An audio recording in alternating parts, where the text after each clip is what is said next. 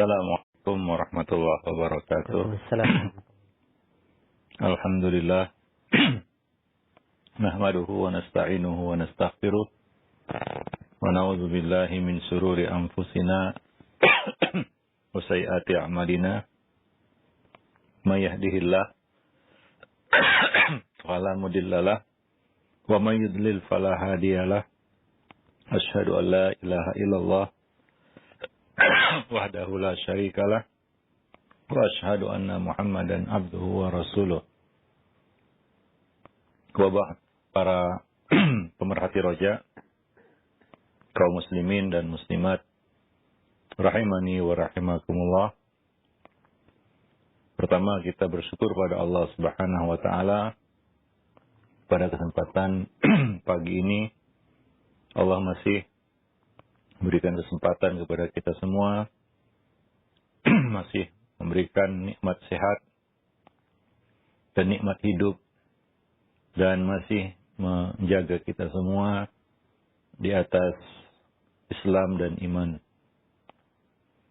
Para pemerhati roja, kaum muslimin dan muslimat yang dimuliakan Allah, pada kesempatan pagi ini seperti biasa kita kembali bertemu dalam program kajian Islam ilmiah, masih bersama buku Mencetak Generasi Rabbani. Kita sudah sampai pada bagian akhir dari buku ini. Bab-bab yang sudah kita bahas sebelumnya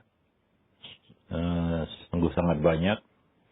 Artinya banyak pelajaran-pelajaran yang sudah kita dapatkan.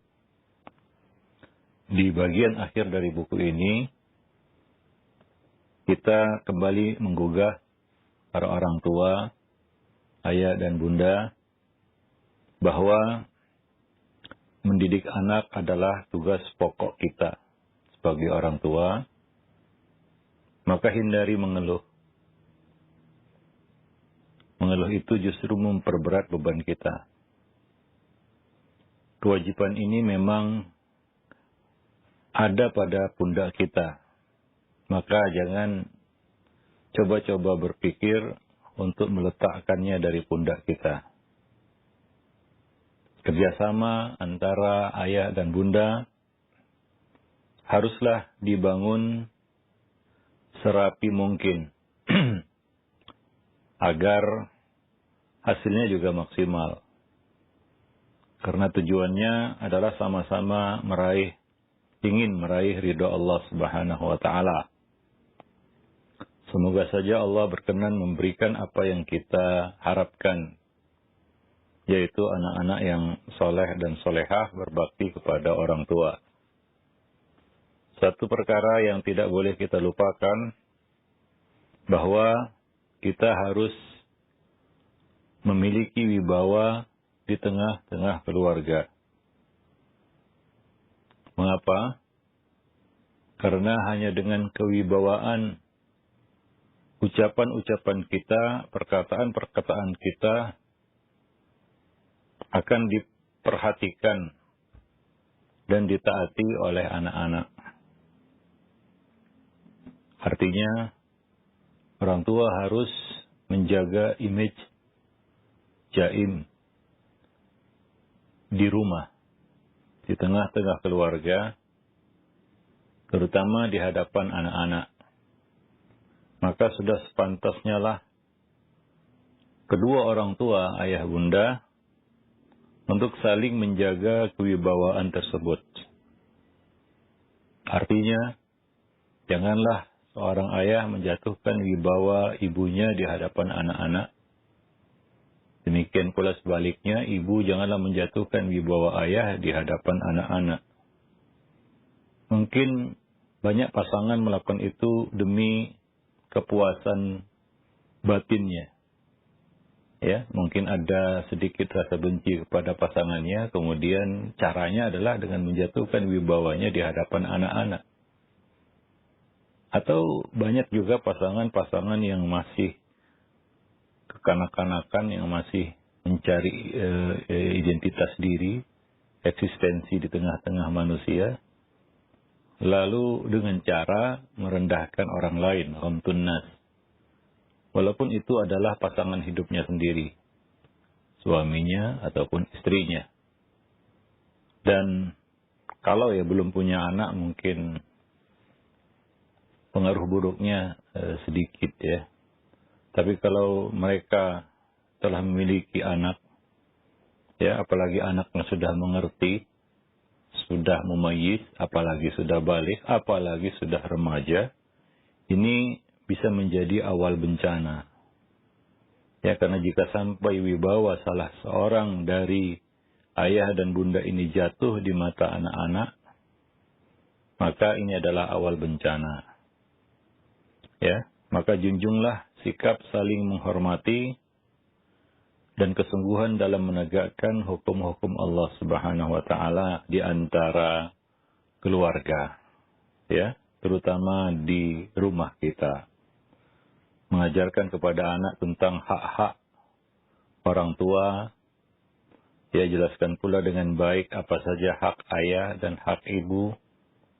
Dan terangkanlah bahwa menaati orang tua di dalam kebaikan, dalam perkara yang ma'ruf, itu termasuk bentuk ketaatan kepada Allah Subhanahu wa taala. Maka sebagai istri, doronglah anak-anak agar taat kepada ayah, yaitu suami kita. Begitu pula sebaliknya, sebagai ayah, doronglah anak-anak agar memuliakan ibu, yaitu tidak lain dia adalah istri kita sendiri. Dengan memberitahu perihal keagungan seorang ibu, ya janganlah kedua orang tua, ayah bunda saling menjatuhkan. Dan yang sering terjadi juga adalah mereka saling berebut perhatian anak. Ya, saling berebut perhatian anak. Nah, ya ini tentunya tidak baik ya. Dan bahkan banyak ya pendidikan-pendidikan yang akhirnya gagal ya karena ya kedua orang tua justru saling berebut ya mendapatkan perhatian dari anak-anak mereka. Ya, tentunya kadang-kadang ini dengan cara menjatuhkan kehormatan orang lain, ya, kehormatan pasangannya sendiri. Nah, maka ini harus diperhatikan. Demikian juga sebagai suami, jangan menghina istri di hadapan anak, apalagi menghukum, ya misalnya secara fisik dengan pukulan, ya, ataupun kita katakan nasihat-nasihat secara verbal. Walaupun itu tindakan kita benar. Ya, tapi menjadi tidak benar kalau dilakukan di hadapan anak-anak. Ya, mungkin yang kita lakukan itu adalah sesuai dengan prosedurnya. Ya, menasihati, memberikan peringatan, bahkan mungkin ya sampai kepada tahapan memukul. Mungkin benar, cuma menjadi salah ketika kita lakukan itu di hadapan anak-anak. Ya, karena menghukum itu bukan artinya kita harus menjatuhkan kehormatan orang yang dihukum. Ya, itu perlu kita perhatikan. Supaya hukuman itu bermanfaat ya bagi orang yang dihukum itu juga. Orang yang menjalani hukuman itu juga. Ya, itu prinsip dalam Islam. Ya, bahwa hukum itu ditegakkan untuk keadilan dan kemaslahatan. Ya, bukan hanya semata-mata untuk menegakkan keadilan, tapi juga untuk meraih kemaslahatan. Maka ada hadis, ya Nabi melarang para sahabat mencela orang yang dicambuk karena dia minum khamar. Dia minum khamar dicambuk. Ya, Nabi mengatakan, jangan kalian cela dia, sesungguhnya dia adalah orang yang menyintai Allah dan Rasul-Nya. Nabi juga pernah menegur seorang yang mencela ya, seorang yang dirajam karena zina. Sementara dia sudah bertaubat.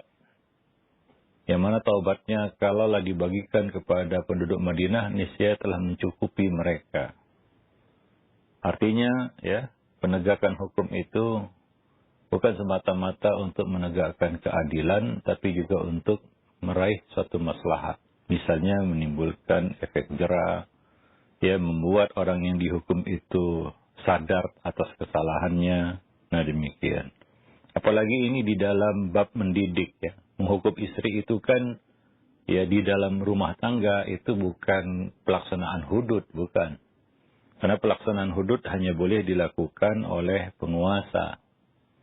Ya, hukum yang dilaksanakan dalam konteks hudud itu hanya boleh dilakukan oleh penguasa. Adapun hukum seorang suami kepada istrinya misalnya itu adalah hukum dalam konteks pendidikan. Ya, bukan penegakan hudud. Ini yang harus diperhatikan. Ya, jadi jangan menghukum istri seperti kita melaksanakan hukum hudud, yaitu salah. Ya, nah demikian. Maka dari itu, ketika kita, kalaupun harus menghukum istri, ya, maka perhatikan ya kondisi, ya situasi dan kondisinya. Demikian juga ketika kita ingin mengkritik atau menunjukkan sesuatu, atau ingin memberikan komentar terhadap istri kita, maka bicaralah berdua saja. Ya, itu urusan di balik kelambu istilahnya. Ya, bicaralah berdua saja. Tidak perlu kadang-kadang anak jadi tahu. Ya, anak-anak jadi tahu masalahnya ataupun perkaranya. Karena mungkin mereka tidak memahaminya. Ya, tidak memahami masalahnya. Ya, dan kadang-kadang mereka tidak memahami juga tujuan kita. Ya. Nah, ini penting supaya kewibawaan serta kehormatan istri, ya, ibu anak kita tidak luntur di hadapan anak-anak. Ya, walhasil mereka tidak segan dan enggan menaati ibunya. Ya, nah demikian. Nah, jadi jika tidak dikondisikan demikian, ya, apa yang terjadi jika kita tidak ada di rumah, misalnya? Maka anak-anak akan melawan ibunya, ya. Dia tidak respect, tidak hormat kepada ibunya, ya. Nah, jadi jangan merendahkan pasangan kita di hadapan anak-anak, baik suami maupun istri. Ya, nah demikian. Demikian juga untuk pembicaraan rahasia, hal-hal yang sifatnya rahasia, bicaralah berdua saja. Jangan libatkan anak-anak. Ya, jangan libatkan anak-anak dalam pembicaraan-pembicaraan yang sifatnya rahasia. Urusan-urusan besar di dalam rumah tangga yang anak-anak tidak perlu tahu, ya, itu tidak perlu dibicarakan, dilibatkan ya anak-anak di situ. Nabi mengatakan, man satara musliman satarahullahu yaumal qiyamah. Karena siapa menutup aib seorang muslim, niscaya Allah akan menutupi aibnya pada hari kiamat. Memang di dalam rumah tangga pasti ada api percikan-percikan kecil, yaitu pertengkaran-pertengkaran kecil. Ya, nah, kalau itu pun misalnya terjadi, ya, maka tahan diri. Ya, mungkin kita bisa ya melampiaskan apa yang ingin kita lampiaskan kepada pasangan kita di tempat yang aman. Nah, kira-kira demikian. Ya, tahan diri ketika kita berada di tengah-tengah anak-anak atau di hadapan anak-anak. Karena itu bisa memberikan efek psikologi yang berat bagi anak. Jika dia lihat misalnya seorang ayah ya memukul ibunya ataupun ya kita katakan menyiksa ibunya atau sebaliknya juga mungkin ada. Ini akan memberikan efek psikologi yang sangat berat dan buruk terhadap anak. Akan muncul kebencian, akan muncul permusuhan, ya, dan akan muncul ya dendam ya di dalam hati. Nah, demikian. Nah, ini sangat berbahaya. Mungkin ketika dia kecil, dia tidak mampu melampiaskannya. Tapi ketika saat momen di mana dia punya kekuatan untuk melampiaskannya, maka dia bisa melampiaskannya. Mungkin bukan kepada ayahnya, mungkin bukan kepada ibunya, tapi kepada orang lain. Dan ini tentunya adalah sesuatu yang sangat buruk bagi si anak. Ya, nah demikian. Jadi efek psikologi yang ditimbulkan itu sangat berat. Maka sebagai istri jangan menjelekkan suami di depan anak-anak.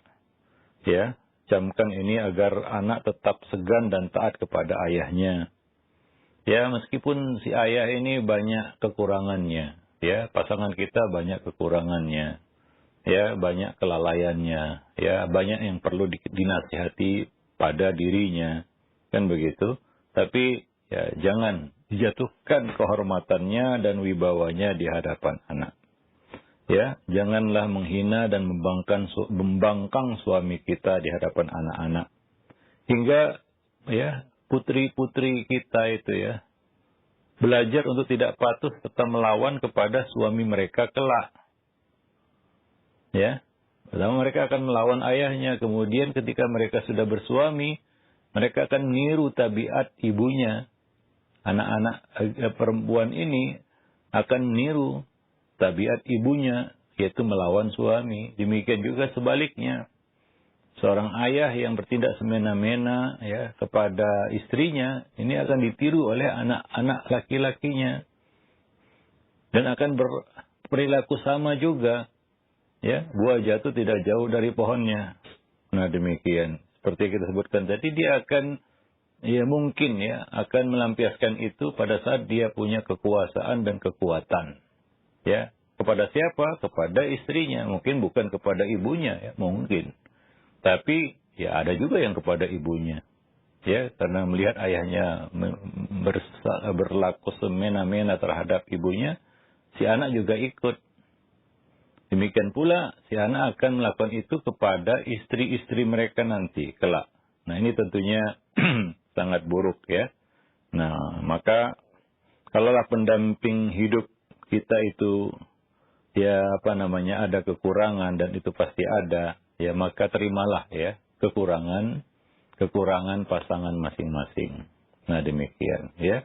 Seperti kata Nabi sallallahu alaihi wasallam, ya la yafrukanna mu'minun mu'minatan.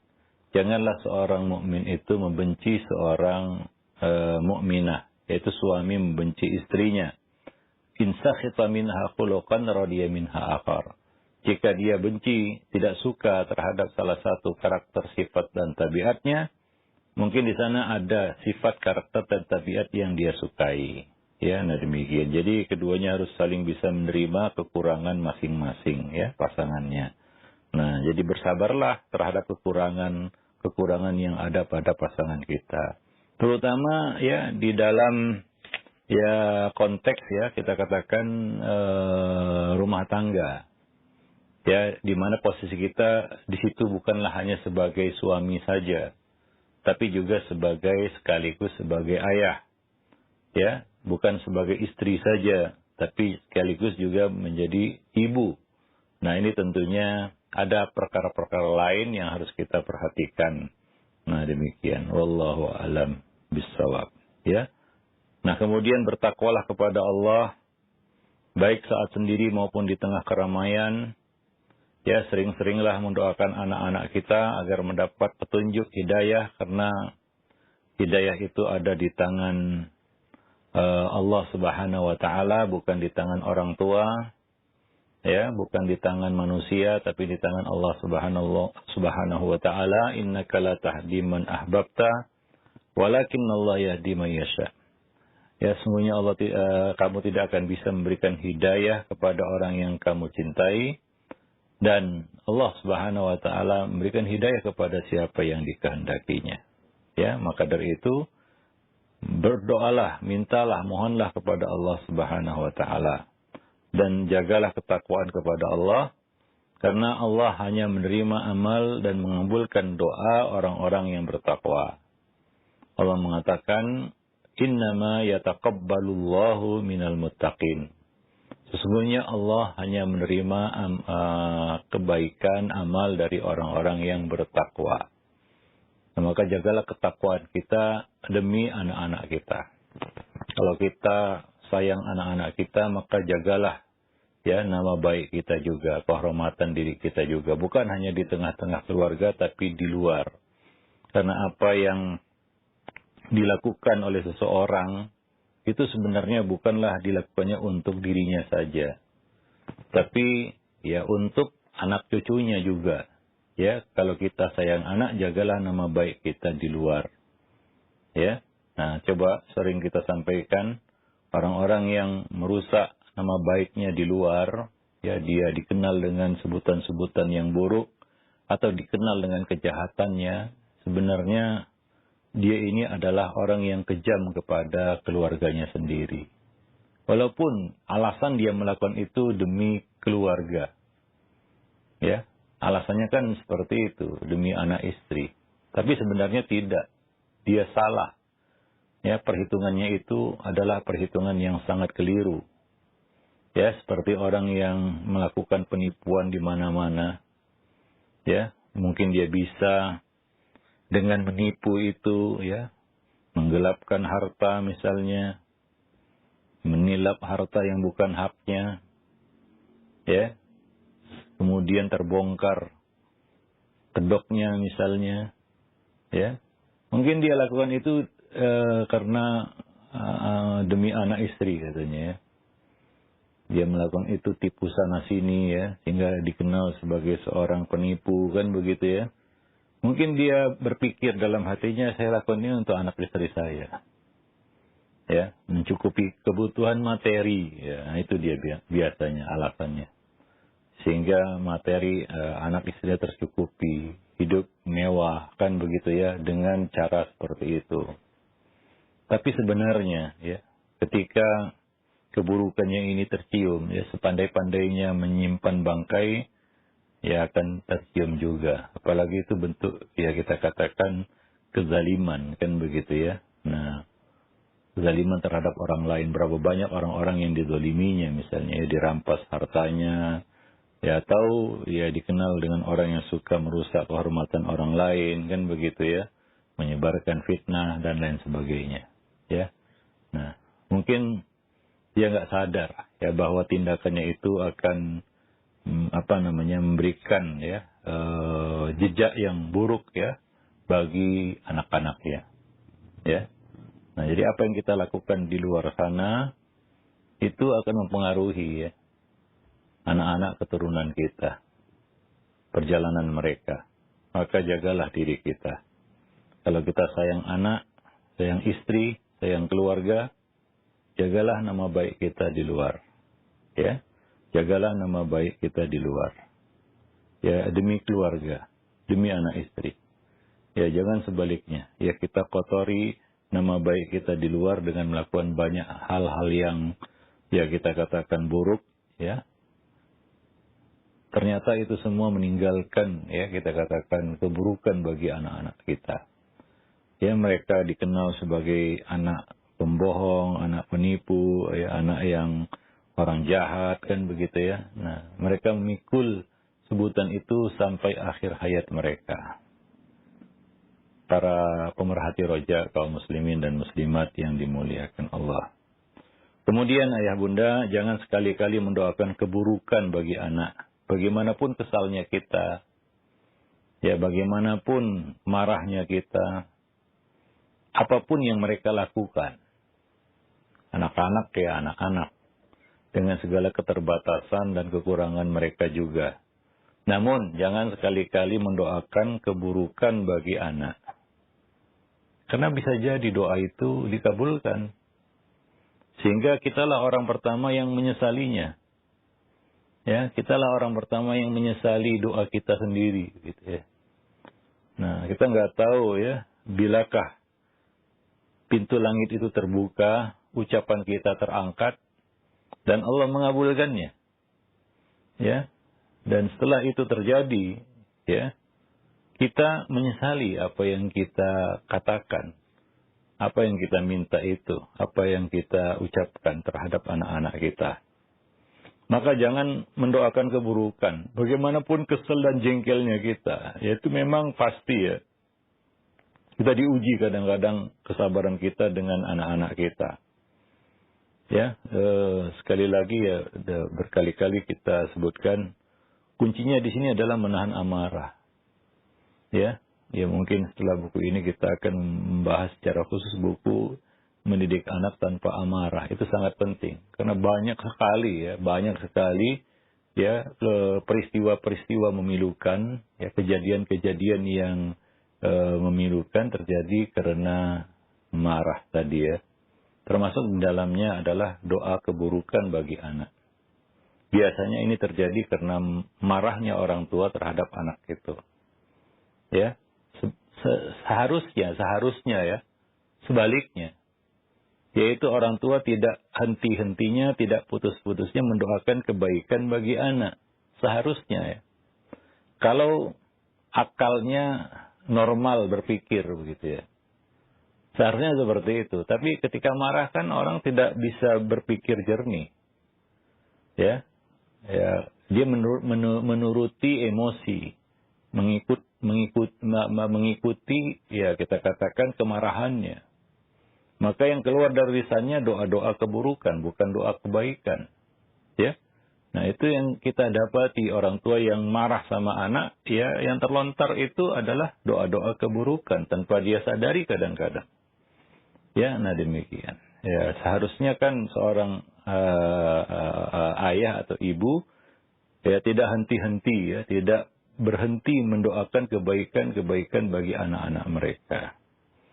Ya. Walau itu kadang-kadang ya berat bagi hati kita untuk memikulnya. Ya, coba lihat bagaimana ya kesedihan ya yang dirasakan oleh Nabi Yakub melihat tingkah anak-anaknya. Tapi beliau tetap memilih ya tidak mengucapkan kata-kata yang buruk. Beliau hanya mengatakan innama ashku bathi wa huzni ilallah. Aku mengadukan kesedihanku dan kepiluanku kepada Allah Subhanahu wa taala. Ya, nah demikian. Menahan ucapan yang buruk itu perlu ya. Walaupun bagaimanapun kesalnya ya orang tua itu terhadap anak.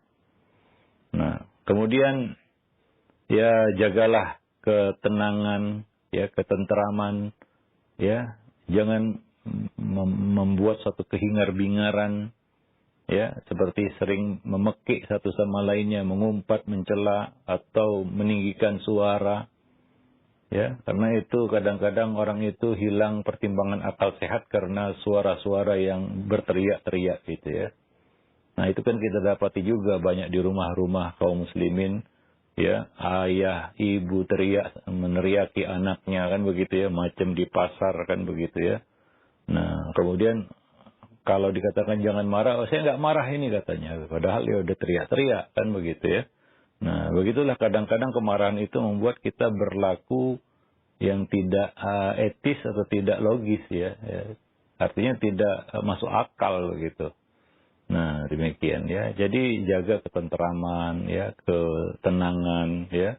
Kalaupun kita harus memberikan nasihat-nasihat yang santun kan begitu ya. Nah, demikian. Wallahu a'lam bishawab. Agar anak-anak tidak meniru perilaku kita. Ya. Nah, Nabi itu ya dikatakan akhlak Nabi itu ya laisa bitta'an walal la'an walal fahish walal badi. Ya. Dan ya, bukanlah orang yang suka berkata keji, berkata buruk, berkata kotor dan berkata kasar. Dan Nabi juga bukanlah orang yang suka berteriak-teriak seperti orang yang berteriak-teriak di pasar. Nah, demikian. Jadi itu akhlak Nabi SAW. Ya, maka jaga ketenangan bagaimanapun kadang-kadang kita sudah mau marah kan begitu ya. Nah, tahan itu, tahan ucapan ya, dan juga ya nada suara juga harus dijaga kan begitu ya, supaya ketenangan itu ya akan bisa menyelesaikan masalah. Tapi kalau sudah nggak tenang, ya udah teriak-teriak, ya banyak kita lihat itu, terutama ibu-ibu ya. Nah, nggak tahan dia lihat anaknya teriak-teriak ya, ya sambil mengomeli, bukan menasihati, mengomeli anaknya. Ya, kata orang merepet ya kan begitu ya. Nah, ini kan sebenarnya buruk ya, gambaran yang buruk dari seorang ibu. Ya, si anak makin senang membuat ibunya seperti itu ya. Dia mungkin rindu ibunya teriak-teriak. Dia mungkin suka kegirangan melihat ibunya memekik kan begitu ya. Akhirnya dia terus mencari perhatian dengan cara itu, dengan cara yang membuat ibunya memekik dan berteriak-teriak. Ujung-ujungnya ibunya jadi tontonan anak-anaknya sendiri, kan begitu ya. Jadi kayak badut jadinya nantinya si ibu ini di hadapan anak-anaknya atau di mata anak-anaknya. Ya maka ya kita sering lihat ini ya biasanya ya, yang suka memekik di rumah itu biasanya ibu-ibu itu ya. Ibu-ibu ya, artinya ibu di sini ya. Maka ya jaga itu, ini termasuk hal-hal yang bisa menjatuhkan kehormatan seorang ibu, kan begitu ya. Nah demikian. Wallahu a'lam bishawab. Nah juga janganlah memperlihatkan perbedaan pendapat ya di depan anak. Ya artinya ada di orang tua ya, selalu bersilang pendapat di depan anak-anaknya. Dalam hal-hal yang sepele misalnya. Ini sedang jalan-jalan, sedang di mobil, sedang wisata lah gitu ya. Tengkar juga. Artinya bukan tengkar hebat kadang-kadang. Yes.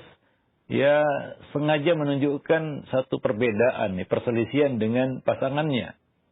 Ya sehingga kadang-kadang masalah apapun diperselisihkan begitu ya. Sampai masalah-masalah kecil sekalipun dia selalu berbeda. Cari-cari perbedaan dengan pasangannya begitu. Nah, mungkin ada orang yang ada agak sedikit sakit jiwanya, suka hal-hal yang nyeleneh gitu. Itu termasuk orang yang mungkin perlu diperiksakan psikologinya ya, jiwanya. Suka hal-hal yang nyeleneh-nyeleneh begitu ya. Nah, termasuk juga ya ini jangan dipertontonkan di dalam keluarga kan begitu ya, di tengah-tengah anak-anak atau di depan anak-anak ya. Ya hingga mereka jadi penonton setia melihat perselisihan, perdebatan orang tuanya. Ya, nah demikian. Yang lebih kacau lagi adalah kadang-kadang anak-anak itu jadi supporternya kan gitu ya. Ya ada yang mihak ke sini, mihak ke situ hingga makin tajam itu perselisihan. Sampai-sampai masalah makanan pun berselisih misalnya kan begitu ya. Nah, jadi ini kan nggak baik ya. Ya. Hingga ini secara tidak langsung mengajari anak untuk suka berdebat gitu ya.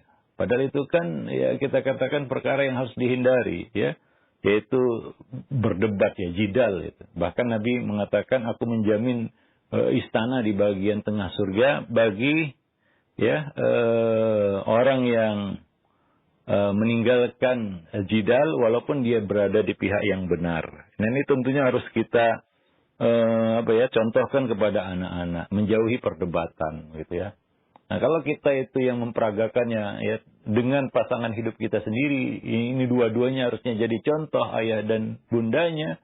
Bagaimana ya kita katakan ini bisa ya hilang dari benak mereka yaitu suka berjidal, suka berdebat kan begitu ya.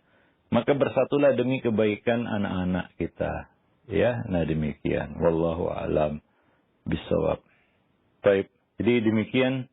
Ya mudah-mudahan ya ini menjadi satu pelajaran bagi kita semua ya bahwa mendidik itu ya adalah suatu yang ya kita katakan sebuah seni juga ya yang perlu dilakukan dengan sepenuh hati ya, tidak bisa dilakukan dengan hati yang berat ya, dengan setengah hati. Kewajiban yang penting ini ya. Nah demikian. Wallahu a'lam bishawab. Dan sekali lagi kita ulangi, jangan mengeluh. Itu kuncinya juga. Jangan mengeluh di dalam mendidik anak. Ya, dan jangan melihat anak orang lain. Enak sekali dia anaknya nurut-nurut kan gitu ya. Ya nggak bisa kita minta jatah rezeki yang sama dengan orang lain. Itu tidak mungkin, tidak realistis.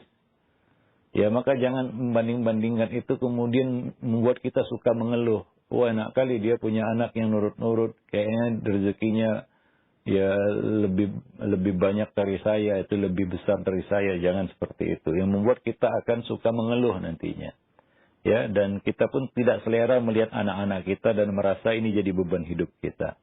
Wallahu a'lam bishawab. Ya, nah itu tantangan sebenarnya. Di balik itu ada pahala yang ya tersedia ya bagi orang tua ya, karena setiap kebaikan yang dia tanamkan kepada anak-anak mereka itu menjadi amal jariyah ya, amal jariyah. Wallahu a'lam bishawab. Baik ya, mungkin inilah dia bab ya yang terakhir Berikutnya di dalam buku ini ya, ada lampiran, kita cantumkan di sini lampiran. Lampiran ini maksudnya adalah ada beberapa poin ya, kita cantumkan di ini sebagai bahan ya, bekal bagi orang tua ya, ayat-ayat Quran yang berisi nasihat dan doa, hadis-hadis Nabi yang perlu diajarkan kepada anak-anak, beberapa doa yang hendaknya dihafalkan, kisah-kisah sahih untuk anak-anak soleh, kalimat-kalimat yang tidak patut diucapkan. Kemudian yang terakhir, yang keenam, poin keenam, sikap yang salah dan sikap yang seharusnya. Itu lampiran yang kita cantumkan di dalam buku ini. Ya mungkin akan kita singgung ya sedikit banyaknya pada pertemuan-pertemuan berikutnya insyaallah. Ya, baik.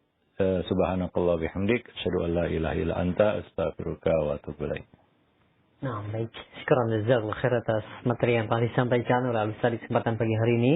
Mudah-mudahan jadi ilmu yang bermanfaat, kita bisa mengambil faedah apa yang telah disampaikan, dan kita tentunya berusaha untuk mengamalkan ilmu yang kita dapatkan untuk mendidik anggota keluarga kita. Baik, untuk selanjutnya kami buka sesi interaktif.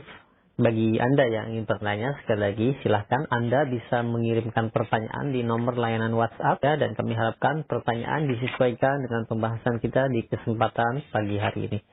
Baik, yang pertama Ustaz, ada pertanyaan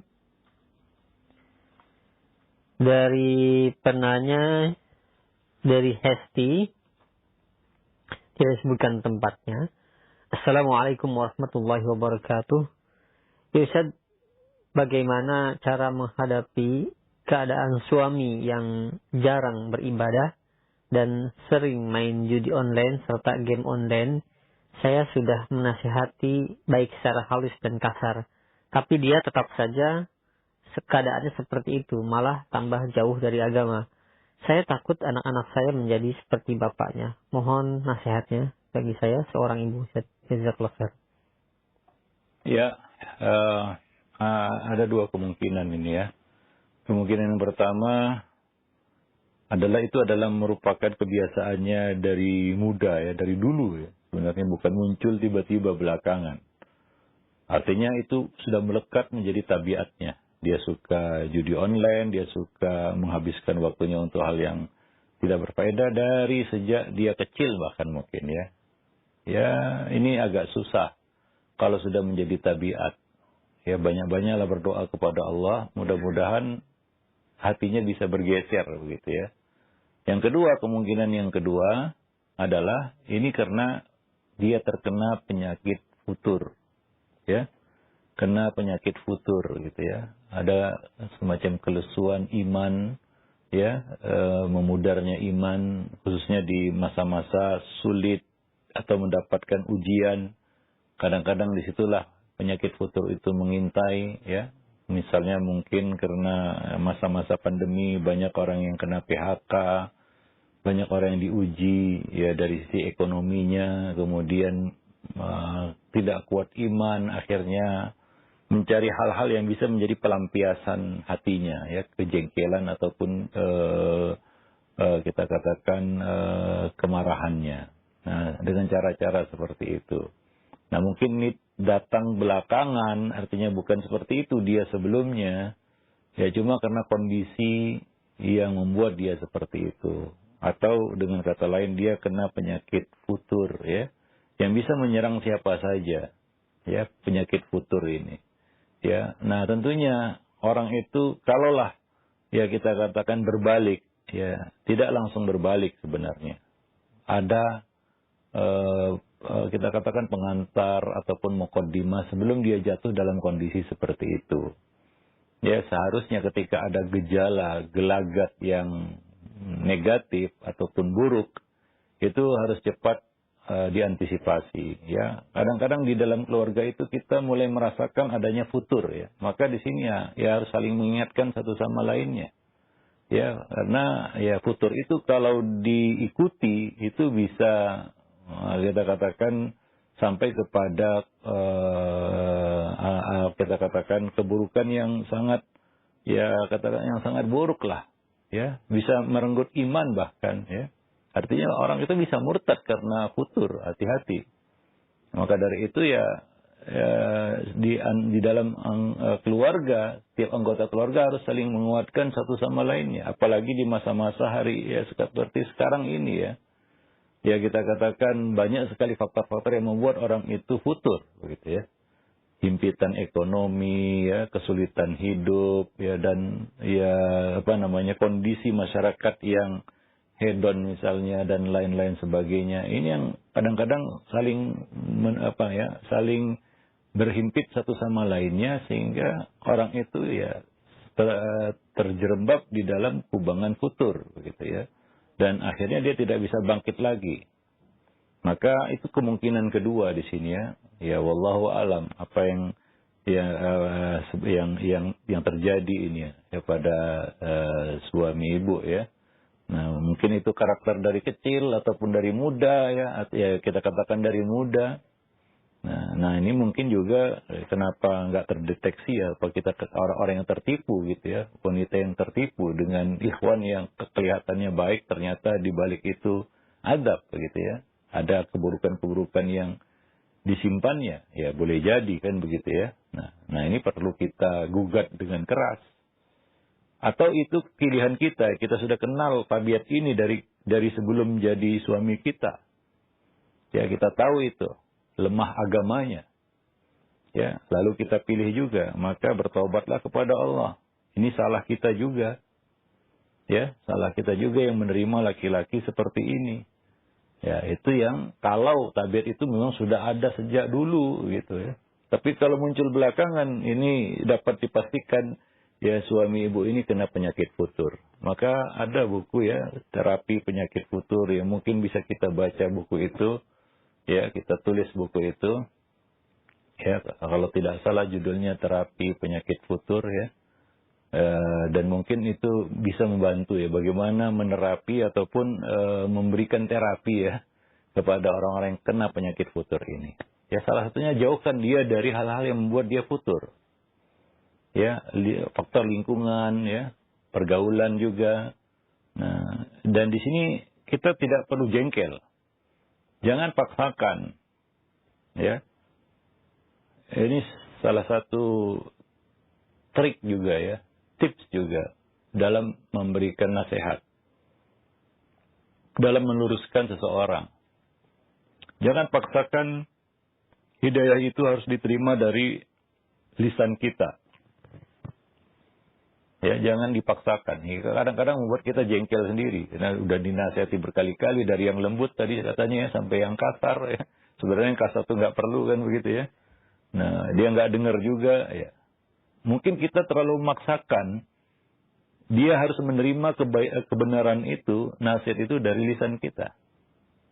Ya, nah mungkin ada cara lain yang perlu kita tempuh. Misalnya, ya kita mencari tahu ya dari siapa ya orang yang mungkin paling dia dengar kata-katanya. Nah, titipkan nasihat itu melalui lisannya. Ya, dan mungkin kita tidak perlu ya bicara banyak ya. Tapi kita sudah menitipkan pesan-pesan itu melalui orang lain. Misalnya ya ada orang itu yang tunduk, patuh, dengar, nyimak kata-kata pamannya misalnya. Kalau ada pamannya atau siapapun atau temannya bahkan mungkin ya. Nah, mungkin bisa kita titip lah secara rahasia ya pesan-pesan ini melalui lisan mereka. Mungkin dia mau dengar, kan begitu ya. Nah, demikian. Wallahu a'lam bishawab. Itu salah satu cara. Ya, salah satu cara. Ya, wallahu a'lam. Dan tentunya juga jangan putus asa, kecewa untuk terus berdoa. Ya, doa itu nggak boleh kecewa. Doa itu nggak boleh putus asa. Doa itu harus yakin doa kita dikabulkan Allah Subhanahu wa taala. Karena hati manusia termasuk hati suami kita itu ada di antara dua jari dari jari-jari Allah Subhanahu wa taala. Kalau semua ikhtiar sudah kita lakukan, ya nasihat nggak kurang-kurang, ya contoh juga nggak kurang, nasihat melalui orang lain juga nggak kurang, kan begitu ya. Semua bentuk-bentuk ikhtiar sudah kita lakukan. Mungkin tinggal satu senjata, yang ini senjata pamungkas, yaitu doa. Doakan dia, mudah-mudahan ya hatinya bisa terbuka, karena hati manusia di tangan Allah Subhanahu wa taala. Incar waktu-waktu mustajab, ya waktu-waktu terkabulnya doa, dan doakan dia. Wallahu a'lam bishawab. Nah, baik. Syukran jazakallahu khair atas jawaban Al-Ustaz. Demikian untuk ibu yang bertanya. Mudah-mudahan bermanfaat untuk kita semua. Dan selanjutnya ada 3 pertanyaan senada. Di antaranya dari Ummu Aufar di Cilengsi. Dan juga seorang ibu yang berada di Sulawesi. Dan penanya yang lainnya tidak disebutkan nama dan tempatnya. Assalamualaikum warahmatullahi wabarakatuh. Ya Ustaz, bagaimana menumbuhkan rasa ketenangan dan kedewasaan serta meningkatkan kesabaran ketika menghadapi anak. Terkadang saya bisa menahan amarah, tapi seringnya saya suka kelepasan, marah-marah, berteriak-teriak, dan suka ngomel nggak karuan. Dan jika hal tersebut terjadi, maka hilang mood saya kepada mereka dan juga sikap kepada suami. Dan bagaimana jika kita sedang marah tersebut keluar ucapan yang kurang baik, apakah akan dikabul ucapan tersebut oleh Allah Subhanahu wa taala? Mohon nasihatnya. Iya. Kadang-kadang bisa menahan marah, tapi banyaknya tidak kan gitu ya. Itu realita sebenarnya ya. Realitanya memang seperti itu. Makanya kita tulis buku itu ya. Ya sebagai bekal juga lah bagi para orang tua di dalam mendidik anak-anak. Bahwa mendidik anak itu dasarnya tanpa amarah. Karena dicampur sedikit saja dengan marah, itu langsung berbelok dia. Walaupun sebagian orang dengan PD-nya mengatakan saya marah ini karena Allah gitu ya. Ya masalahnya ini bukan kita sedang menghadapi musuh ya. Lalu kita bisa berkata seperti itu gitu. Ini saya marah karena Allah. Ya ini dalam konteks pendidikan ayah bunda beda ya. Di mana marah di dalam pendidikan itu bisa membuyarkan segalanya. Saya ulangi sekali lagi, marah di dalam konteks pendidikan itu bisa membuyarkan segalanya. Ya, nah berapa banyak orang tua yang ya saya perlu marah sama anak saya katanya begitu ya. Marah sekali, marah 2 kali keterusan gitu ya. Hingga menjadi hobinya itu marah sama anak kan gitu. Enggak terasa itu memang. Karena ingat ya, objek yang ada di hadapan kita itu adalah objek yang sangat empuk untuk dijadikan sasaran kemarahan. Coba camkan baik-baik kata-kata itu. Anak ya. Dia nggak melawan, dia nggak berdaya kan gitu ya. Bahkan kalau dia melawan, kita bisa membuat perlawanan yang lebih keras kan gitu ya. Marah yang lebih besar kan gitu ya. Marah yang berapi-api kan gitu. Nah itu yang kita hadapi. Maka sering kita sampaikan juga ya, bahwa coba datangkan satu riwayat yang sahih ya, sebagai tantangannya ya. Bahwa Nabi itu pernah marah-marah atau menunjukkan amarah kepada seorang anak. Ada enggak? Ya. Tidak kita temukan itu. Ya, bahkan sebaliknya. Yang kita dapati dari Nabi itu adalah sebaliknya. Nah, ini yang harus diperhatikan baik-baik oleh para orang tua. Maka, ya kita katakan, kita menahan marah sama anak gitu ya. Itu juga dalam konteks meneladani ittiba sunnah Nabi. Mengikuti cara Nabi di dalam mendidik anak. Kita tahan amarah kita. Karena Nabi ya bisa ya kita katakan memberikan kasih sayang, ya cinta kepada anak-anak itu ya dengan awalnya adalah dengan menahan amarah terhadap mereka. Walaupun mereka ini ya namanya anak-anak ya. Ya macam-macam ya tingkahnya ya. Nah, maka ya dengan itu kita bisa menyingkirkan semuanya. Teriak-teriak tadi, memekik tadi dan sebagainya itu yang biasanya itu menjadi mukaddimah suatu kemarahan kan begitu ya. Ya, apalagi doa-doa yang buruk kan begitu. Wallahu a'lam bishawab. Sadarilah bahwa itu satu kesalahan dan tidak semestinya dilakukan Jangan kita mencari-cari dalih untuk membenarkan kemarahan kita. Ya, wallahu alam bisawab. Nah, dan kalau tadi ditanyakan bagaimana kalau saya terlanjur gitu ya, maka minta ampun saja kepada Allah, mudah-mudahan ya tidak seperti yang kita katakan, tidak seperti yang kita doakan, kan begitu ya. Dan ganti itu dengan doa-doa kebaikan. Ya, pertama tentunya kita harus minta ampun kepada Allah, minta maaf sama anak. Ya. Nah, ini salah satu hal yang mungkin berat dilakukan oleh para orang tua, minta maaf sama anak gitu ya. Doa-doa yang buruk itu tidak pantas kita tujukan kepada mereka ya. Nah, demikian. Jadi ganti itu dengan doa-doa yang baik, kan begitu ya. Minta ampun sama Allah, tobat ya, jangan diulangi lagi, kan begitu ya. Nah, jangan tobatnya tobat sambal, kan begitu. Nah, ya mudah-mudahan bisa memperbaiki yang rusak, kan begitu. Wallahu a'lam bishawab. Baik, atas jawaban dan nasihat Ustaz demikian untuk yang bertanya. Dan selanjutnya kami ajukan kembali pertanyaan di layanan WhatsApp. Ada pertanyaan, ya Ustaz, bagaimana cara menumbuhkan rasa kepercayaan diri kepada anak? Anak saya yang beda setahun dengan adiknya seperti kehilangan kepercayaan dirinya. Ketika bergaul dengan anak lainnya pun terlihat diam dan malu. Dan ketika ditanya orang dewasa pun, ketika ditanya nama atau yang lainnya, dia tidak mau menjawab, hanya melihat muka saja. Mohon nasihatnya. Ya, memang kita harus mengenali ya anak-anak kita sendiri, kan begitu ya. Apa yang menjadi sifat dan tabiatnya, ya, kemudian juga kemampuan yang dia miliki. Ada sebagian anak kemampuan verbalnya memang kurang, ya, lamban atau lemah, ya. Dan ini juga harus kita konsultasikan. Kalau itu berlanjut dan ke arah yang mengkhawatirkan, mungkin kita perlu berkonsultasi dengan ya apa namanya kita katakan dokter yang berkompeten, kan begitu ya. Misalnya dokter anak atau spesialis anak. Apakah ini satu kelainan? Bisa jadi, kan begitu ya. Karena ada sebagian anak yang dia tidak bisa ngomong, kan begitu ya.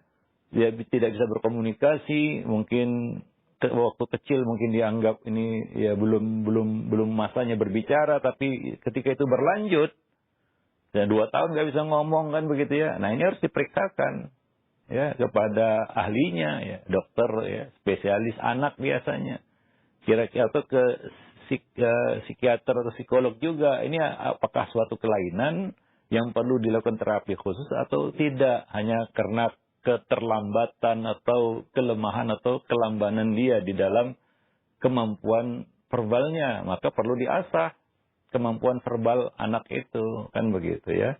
Nah, demikian. Atau sebagian anak punya ya sifat malu, kan begitu ya. Karena Allah memberikan anugerah rezeki, sifat-sifat kepada manusia itu berbeda-beda. Ini namanya sifat-sifat yang dibawa lahir, gitu ya.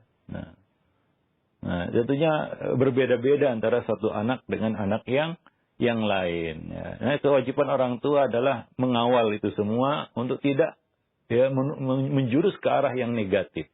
Anak juga kalau terlalu aktif berbicara, ya itu juga orang tua jangan, wah anak saya lancar bicara, ya LC, lancar cakap, dari kecil dah LC dia, ya. Tapi ya orang tua tidak boleh membiarkan begitu saja. Mungkin kemampuan verbalnya ini luar biasa ya. Sebagian anak ya diberi anugerah bakat berbicara yang hebat. Ya, ini mungkin calon-calon orang pembicara ya penceramah, kan begitu ya. Punya kemampuan yang luar biasa ya, dan dia lebih suka dia berinteraksi dengan manusia, kan begitu ya. Ada anak-anak seperti itu dari kecil sudah nampak bakatnya seperti itu, kemampuan verbalnya luar biasa. Tapi orang tua ya kewajiban mereka adalah mengembangkan bakat ini dan mengawalnya ke arah yang baik, yang positif. Itu dia kewajiban orang tua. Maka kita katakan di dalam buku ini juga orang tua harus mengenali anak-anak mereka dari sisi ini. Ya, nah demikian. Nah, mungkin anak-anak seperti itu kemampuan mekaniknya ya. Ya, kemampuan mekaniknya yang lebih menonjol. Ya, ada anak-anak itu yang nggak begitu suka berinteraksi dengan makhluk hidup atau dengan manusia. Dia lebih suka ngutak-ngatik barang-barang benda-benda mati kan gitu ya. Nah, jadi berbeda-beda. Kenalilah ya karakter, tabiat dan bakat dari anak-anak kita itu. Dan tadi kita katakan bahwa kewajiban orang tua adalah mengawalnya ya hingga tidak keluar dari jalur-jalur dari apa namanya kita katakan dari real syariat ya. Wallahu a'lam bishawab. Baik, mungkin sampai di sini dulu pertemuan kita pada kesempatan pagi ini. Mudah-mudahan bermanfaat. Aku qouli hadza astaghfirullah li wa lakum sairil muslimin innahu huwal ghafurur rahim. Nah,